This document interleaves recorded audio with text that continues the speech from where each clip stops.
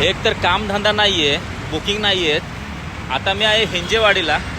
हे बघा इथं माझी गाडी आहे आणि आता RTO वाल्यांनी फाईन मारला मला 1,500चा. कसं जगायचं आणि कसं काय मारायचं हेच काही कळेना. इथं कुठेही नो पार्किंगचा बोर्ड नाही आहे. दाखवतो तुम्हाला. हे बघा बिल्डिंग आहे इकडे.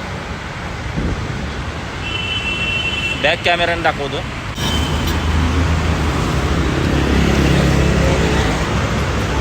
हे बघा कुठेही नाही आहे नो पार्किंगचा बोर्ड.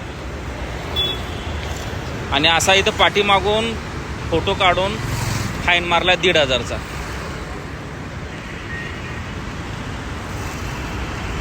काय लोकांनी जगणं मुश्किल करून टाकलेलं आहे. कसं जगायचं अवघड आहे.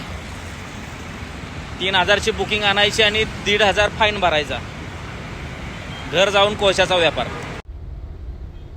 पुणे पोलिसांना माझी रिक्वेस्ट आहे, साहेब मी गाडीमध्ये असताना मला फाईन मारलेला आहे. इथं कुठेही नो पार्किंगचा बोर्ड नाहीये, तरी पण मला 1,500चा फाईन मारलाय.